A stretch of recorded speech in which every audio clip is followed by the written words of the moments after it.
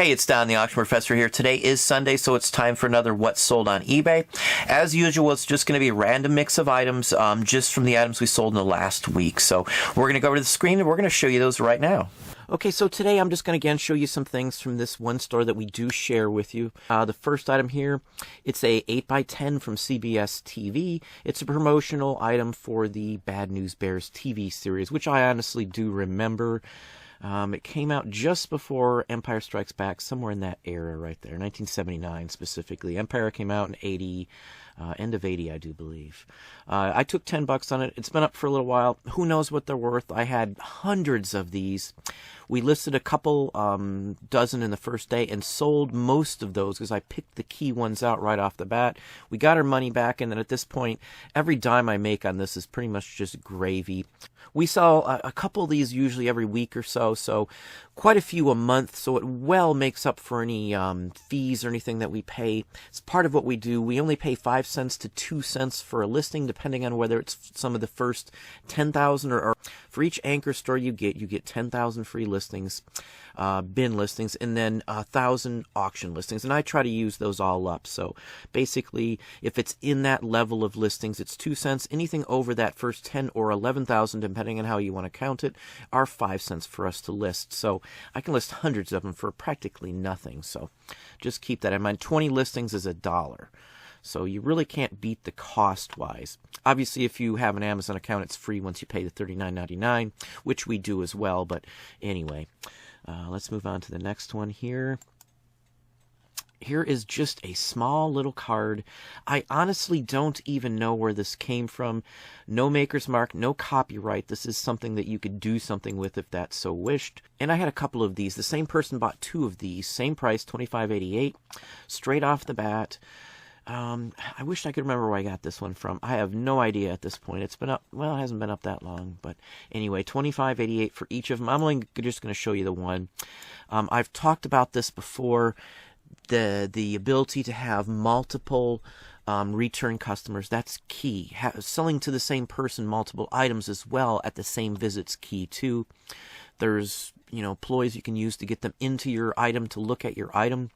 The worst issue you could have is if they're just going through a gallery search, just searching through search results for items, and they don't even look at your listing because of either the picture or the title. You have to set yourself out some way or pique their interest to look inside the listing. Now, some things like this is very specific. The person who bought this actually collects Frankfort, Kentucky items. We were just through the area, so I know the area fairly well. There's quite a few decent cards from this area that do sell for decent money. This one went for like $25 when all was said and done. Let's move on here. Now, I sold a bunch of these. I put some on sale. You can see 25% off. They've been up for a little while. I bought a massive collection from a Civil War collector that was, getting out of it. I bought a ton of stuff from him. I've been selling it for months and months. We were actually able to just sell about 8 or 10 pieces in the first week that we listed some items, and we doubled our money off that. So now it's been fairly much just gravy. I sold a bunch in the $25 to say $30 range to quite a few people, actually, the minute I put them on sale. I had some watchers.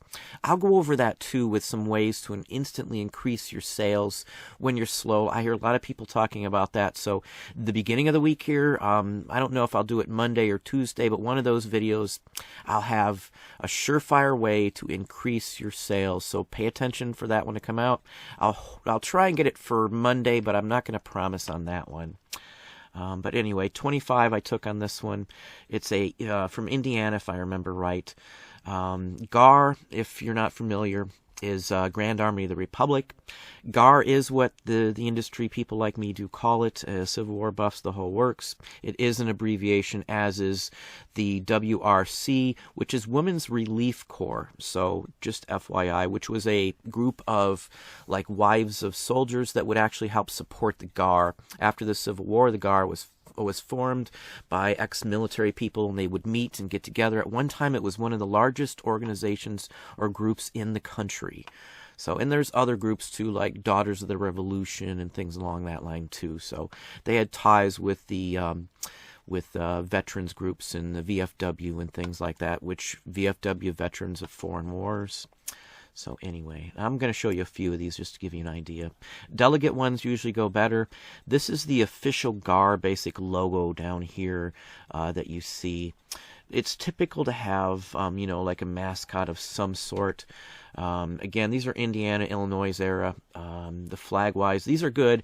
This probably would have had a ribbon in the back, and you can see that there is a pin at the top, and that pin's to hold it onto the uniform. They had uniforms that looked like military ones, and some of the people actually used their military ones, took off the buttons, and just put GAR paraphernalia on them. I've had many pieces of GAR items as well, too.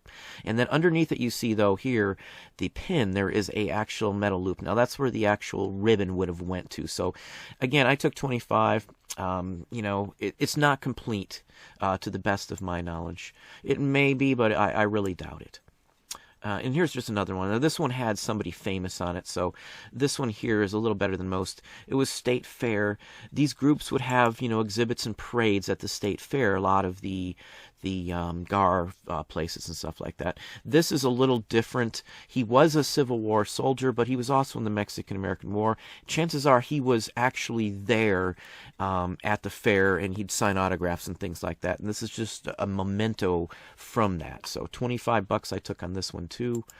And another one, again, I'm not even showing you all the ones we sold. Again, as I said, as soon as I did my usual routine, I was able to sell a bunch right off the bat. Another GAR encampment piece, of course, 1902. General, it has his name on it in the whole works, but unimportant at this point. It's just what it is. Now, this one is complete. You can see the ribbon in the whole works. Delegate means they were part of the committees that set these events up in the encampments and things like that. He was a delegate for his specific regiment or troop or army, whichever the case may be, like Army of the North or something like that, Northern Virginian Army, or whatever the case may be. Let's see here. Now, this one I did show too in a haul. It's just a little tiny booklet of things that you would use to, you know, fill out a grocery slip. And it was an advertisement, too. That way, when you went to the store, you're going there with a Archway cookie labeled item. So you're going to want to buy their cookies more is what their point was at this. I took 10. I think I paid 50 cents or $1 for it. You know, they paid shipping. So, you know, it's an $8 flip for just setting something up for, you know, I think it was up for like 2 weeks or something along that line. Maybe 3 weeks. Again, I just randomly throw a sale on. I'm not really interested in what's, you know, on some items, how long it's been up, because I do have a price scheme, and I only hit the categories in my store categories that are in this scheme, so I know what to do. And I've talked about this, you know, on pricing and all kinds of issues like that. So if you're careful and you know what you're doing, you can set up your store so it's easy to do promotional markdowns and things like that. And I'm probably going to go into that because there's a lot more to that. There's all kinds of filters and options and things that you can add to a promoted sale that they get kind of advanced for some people if they don't know how to do it. I mess up once in a blue moon, and I did one the other day. It wasn't anything big. It's just, you know, I lost a couple bucks on something that I usually don't mark down. No big deal. But, you know, that kind of thing happens if you don't pay enough attention. But I do sometimes on some of my promoted listings when I'm just randomly throwing one out there. I'll go ahead and I'll do a whole bunch of, you know, screened filters for it. Sometimes I'll have like 10 main filters, and each one of those filters I might do sub-filters for like whether the item's in a new condition, used condition, and things like that. So that way you can weed out and just get markdowns on the items that you'd rather get rid of and that won't sell as quick without having to piecemeal every single item in a category. And, you know, there's other ways. You can, you know, do your promoted sales for only used items, as I said. So that way, if you have new items, you know, brand new items, NOS or something like that, you can literally not have to worry about that, and you can just zoom those out real quickly. But I'll go into that real soon here this week, hopefully, too. I'll do a couple videos on ways to increase your sales because I keep getting comments that people are having issues with sales. For me, at this time of year, everybody's looking for the bargain. You know, they spent all the Christmas money. Your sales should be picking up after the 10th of every month. Usually the first week to 10 days of every month is slow. So anyway, this is the time to throw some sales on out there. If you price like I do, a sale isn't any effect to you know, what you'd probably take from it anyway, especially if you're doing bins. I do bins, so I'm going to take an offer no matter what. So if I mark it on sale, who cares? But anyway, let's move on to the next one here. I'll go a little quicker on the next ones here. This is just a religious card. church sales. That's all I'm going to say on this one. Nothing fancy. Somebody gave this to somebody. It was actually stuffed in a Bible. I always look in Bibles. Half the time I find cards like this, and I'm going to show you another one in here. I sell a ton of vintage religious-oriented material. Paper material, rosaries, crosses, crucifixes, sacramental cabinets, jars, glassware, candlesticks, chalices, whatever I can get my hands on religious-wise. Buddhas sell very well. We own some of our own as well, too. Menorahs sell very well. Any of that kind of stuff sells very well. It doesn't matter what season. The religious items pretty much for us sell all year round. And I sell at least probably once every day or two. I'm selling something really decent in religious items. Usually through the weekends I sell more. People just get out of church, and Sundays I sell the most, believe it or not. So there's a ploy to all of this. You just have to understand what's the best items to sell, good time to end them for things like this, or price range. Look at comps for everything. This is an interesting pattern. Love one another. It actually has the Bible section in it too, so that's what you want to look for in these. This one did go for $13.88. Madonna book, I bought a bunch of NOS. I've got more of these actually now. Average price around $35 to $40. List a couple at a time, and that way you're not flooding the market. There's two versions of this. One version has a print, a limited edition print in it as well too, and I've had both versions of this. These were dumped off at one time, so they do show up at auctions. I'm never in a hurry to sell them. If you look at comps, you'll see people just pop them up for $8-10 sometimes, and they're gone for $8 or $10. These are items that are going to have to sit to get that person, but the minute they see it, they just buy it. This one didn't have a watcher. It was just on the list and happened to be marked down a little bit too. But again, it's right in my range of selling it for anyway, so I'm not worried at all. Now this one here is a promotional record. Reason I'm putting this in here, it's a one-sided. The back is made to look like a 1920s promotional bat wing. And this is basically a modern-day bat wing. You can see the bat wing design at the top. This was made by the actual company for Victrola, their Victrola as well, to test it, and so you could play it in a store. This is a 33. It's not a 78, but it's made to look like a 78. It was crossover when 78s were just, being phased out and 45s were coming in. They had 10-inch LPs as well, which were just coming in the late 40s and early 50s, and then they moved them up to 12-inch LPs later on. So if you're unfamiliar, they carried over the size of the 10-inch 78s over into LPs, so 33s.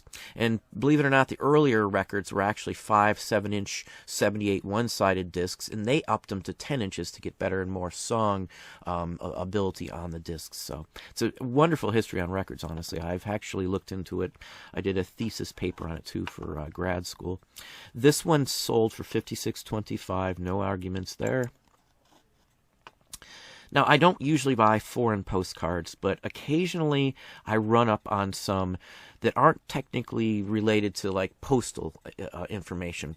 I buy big bulks of stuff. This came in a big lot of air collectible stuff, like flying schools and things like that. And this was just some oddball piece in there. I figured it had a decent potential. It did sell for $33, so I can't really complain on the price. It's early. It's from a international flight meeting. It was like a get-together of pilots in Zurich. It was at the international airport there and the whole works.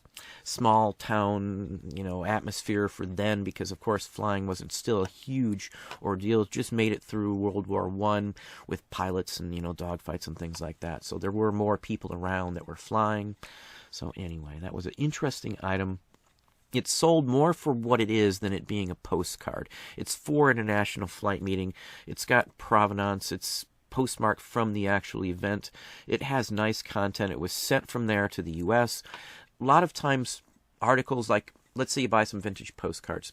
The actual mailing information and not necessarily the value of the stamp, but it as a cover are worth far more than it as a postcard any of the week. It doesn't even matter that it's a postcard for the most part on some items.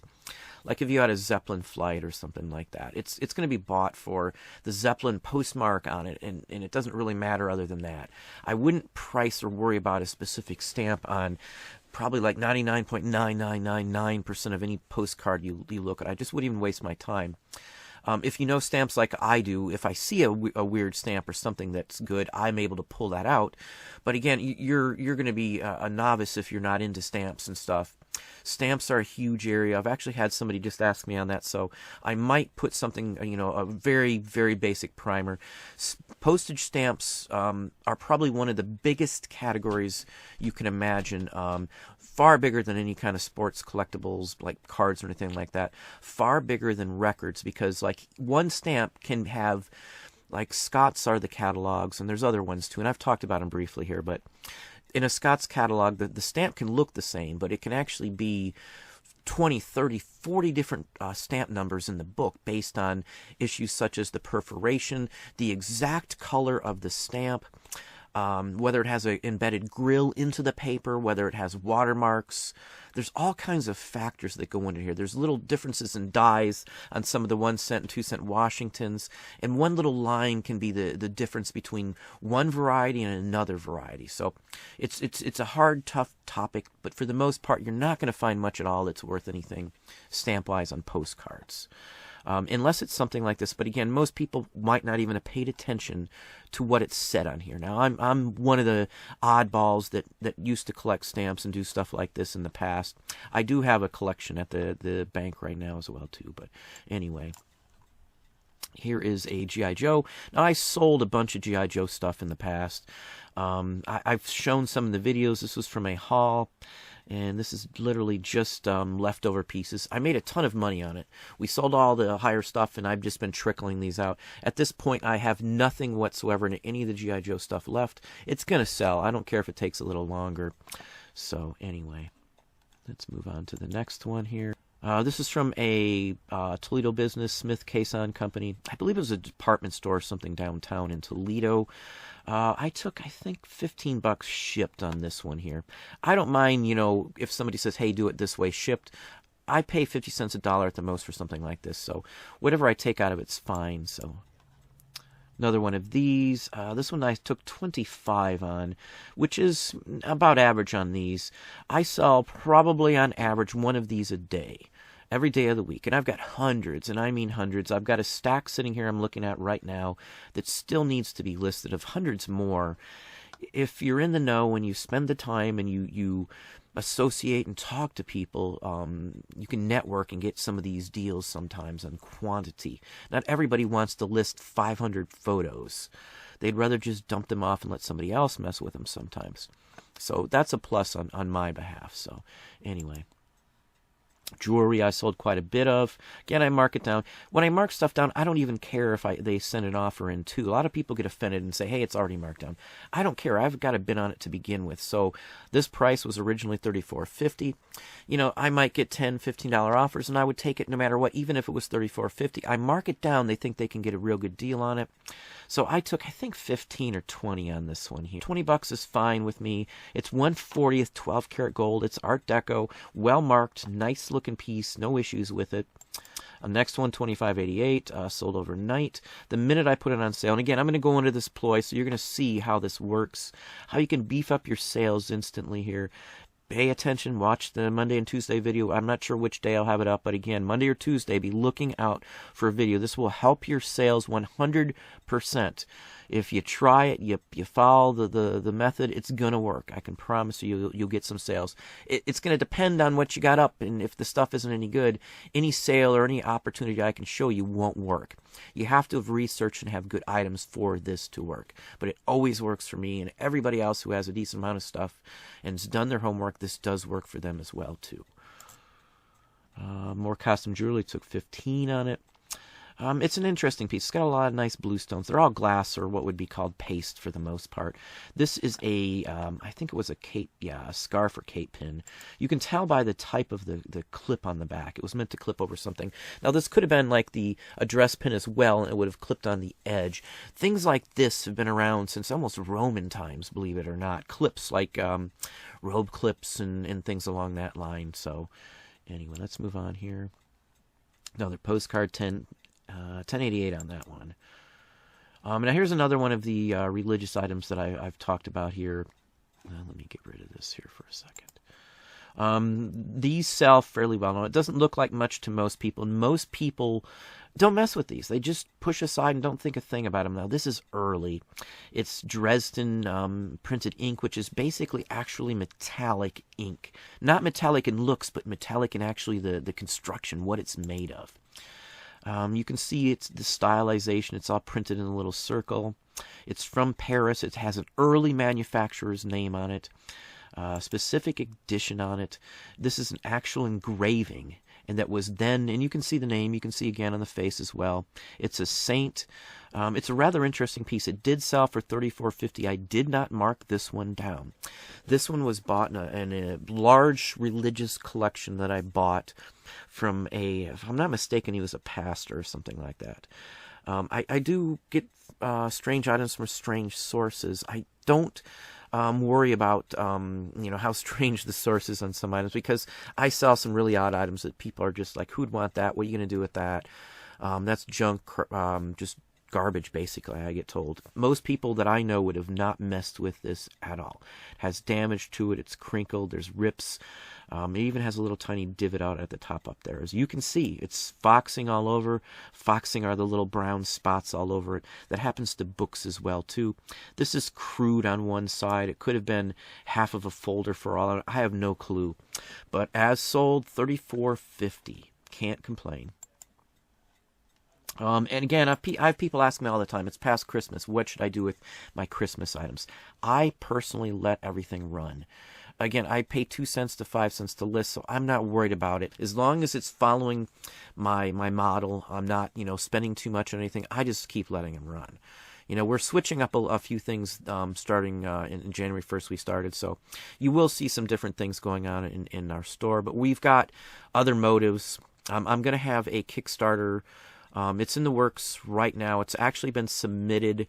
If you're in my Patreon group, check it out, because I do have a preview link for anybody in Patreon. You can literally see the entire Kickstarter campaign, start to finish there. But I will have a video in a week or so showing the actual creation of a Kickstarter for you if you are interested. There's many things you can do with that. Kickstarter's not the only one. I may end up doing another one on one of the other sites as well, too, like GoFundMe or something. But there's many other opportunities. There's 7 main fundable sites like that I've messed with or looked into, too. So anyway, but back to the card here. 4th of July, we're selling in January. I think I took $10 plus shipping on this. So basically, they paid $13.50 on this. 4th of July, it's just an interesting piece. And it's not even a spectacular one. My image isn't so good. This was from a little while ago. We've changed things up a little bit, but anyway, good price on that one. That's like a quarter postcard, Here is just a photo. I took 20 on this one, I believe. Yeah, $20. It was a local person who probably photoed this of the area. The person who bought it's from this area. He knows the hill. It's a real full-fledged photograph that somebody has hand-tinted. Mounted it on a nice piece of board. It's basically like an album card of some sort. So $20, very happy. Paid 50 cents for it. Movies again. I've got like nothing into these. I've been selling 2 or 3 a week now. I've busted out a couple more boxes. Turns out I have 127 small-sized home movies, 16mm and 18mm, and like 97 more bigger size 400-foot reels still to list. And then I also have some more larger size bulked and boxed pre-done ones as well too. So we've got like 400 more total movies still to list. So these are a big area for us. That may not sound like a bunch, 400 to somebody of the same category, but that's enough to attract a ton of interest, because a lot of these items don't show up very much. You got to know what you're selling. Whether you start off knowing it all or not is obvious. You're not going to be able to do that, but once you're into it, there are many ways to increase your sales in that specific niche. And I hit and hammer probably 3 dozen or more niches right this minute across the board, and it's a perfect way to expand and increase your return customer rate. Perfect way to increase, your viewers, your, visitors to your pages and things like that as well, too. So it works for us, what I do. I'm going to go into some more details on this. We're going to be busting down that. I've got so many bolos to go over right now, too. So I've had some questions on increasing sales, so we're going to hit that a couple days this week, and then it's right back into BOLOs and items to look for. My Patreon group today, I have a video coming out only for the Patreons that's going to cover 10 items that actually are items that people can make themselves fairly easily that will get you a decent return on your investment, where you're not having to source. So if you're Patreon, that's what's coming out for you. If you're interested in knowing, you can check it out. You can at least see it. There's links obviously below the video. But anyway, I do other content for other sources these days too. But anyway, $20 on this one here. Here's some photos here. I've got a couple I'm going to show you. This is a perfect example. Now, this is an unmounted image. Really interesting image. I love this one. I kept a copy of it for my own personal reference. We'll discuss some of that maybe in another future video, what you can do with some of this. But the arch is right there. Most people would recognize this. You can tell the era. There's no cars, obviously. This is too early for that. You can see the fancy coach buggy there. It was basically a taxi of the day. The costumes, the imagery is just awesome. I love, love, love this type of stuff. You know, in some cases, I've kept copies. I've shown some to some of my groups. I believe I have one here on YouTube as well, just covering some of the photos. This is a really nice one, though. I really loved this one. Almost was hesitant on even selling it, but I've got so many that I have to be selective on what I keep. And it actually had the photographer wrote Dewey Arch, New York on it. So it was perfect. This is just a perfect example. $20 on the and it's a small one, 4 3/4 by 3 3/4. So give you an idea there. It's about the size you would expect from that era. And here's Broadway Street, downtown New York. Same time from 1880s, 1890s. No cars, no wiring, no nothing odd, no street lights, nothing. So this is very dateable. These dates are, I would pretty much put them right on the mark. Trolleys were in vogue at that time. You can see that's the earlier style, 1880s, late mid 1880s. Buggies, the posts, everything about it. The early gas lamps you can see on what looks like a bank building there. May not be a bank building, but that's what it looks like. But this is another one of those. Look at the outfits they are wearing and the vehicles and that kind of stuff to date these items. Let's go to the main full-size picture. On top of that, they again, Broadway on there. Anyway, so that's just a perfect example of early imagery. $20 a piece on these. I'm not going to tell you what I spent on these because I'm almost embarrassed it was so little. I bought hundreds of these for cheaper than I've ever gotten photos, I think, in the past couple of years. So very happy with these. This one right here, well paid for the more than 100 photos like this I got. And they're all authentic, all vintage, original, awesome images like this. And again, I kept a copy of it. Anyway. This image here is open source. Anybody could use it. Public domain as far as I would say. It's too early. I know the owner, the original owner, so I know they've been dead for a certain length of time. So I am safe. I kept quality images of this. Nothing anybody can do, even if I sold the originals at this point, because it would be public domain and I can prove it. So that's just part of the game you play on some of these for those who have asked that question. This is public domain. So anyway. This next one's just a record. Last one, Barry Gordon, the Bluebird song. This is a promo, not for sale. They might say DJ or audition disc or audition record. Usually they have white labels. You'll have to know what the right color of this label would be had it not been white. And there's a couple versions of the era label as well. 3, 4, honestly. So it would help you to know some of the labels. There are some books and some price guides that do have some of that information in it too. But anyway. This one sold for $17.99, and that would be the last of it for today. Hopefully I added enough good information in here. I get questions on please expand on things and add some more information. So you got a little extra here today, and hopefully it's helpful information. And again, Monday or Tuesday, I have got a surefire way for those of you who are building up and getting some quantity in your store to get some more sales this time of year. This is what we do every year at this time. People are looking for bargains. I'm going to tell you one more time. People are looking for bargains this time of year. They don't want to spend a lot. They just spend a fortune for Christmas. Taxes are coming up. You don't have that tax money in yet. We've got a shutdown, which I'm not going to pay much attention to for what we sell. But for some people, it could affect you. But you do have income tax coming out. So keep working at it. So you're going to have more sales after income tax starts to come out for a good month or so. That's why I tell people, and people still doubt it, that sales can keep keep going high, just like fourth quarter through first quarter because of issues like that. Doesn't always work, but you can set yourself up right, and it will work for you if you pay enough attention. Research and only list good items. A large portion of people's issues are the fact that their items aren't any good, or they didn't do their homework and research them, so they're selling the wrong types of items. But anyway, that's what I have for you. Well, there you go. Hopefully that gave you some ideas and some thoughts on the types of items that we sell. Helped you look outside the box for different and various avenues of items to actually sell. So that's what I have for you. If you enjoyed the video, please hit the like button down below. You can also hit the bell icon to be notified when I post new content or go live. Subscribe and tell a friend.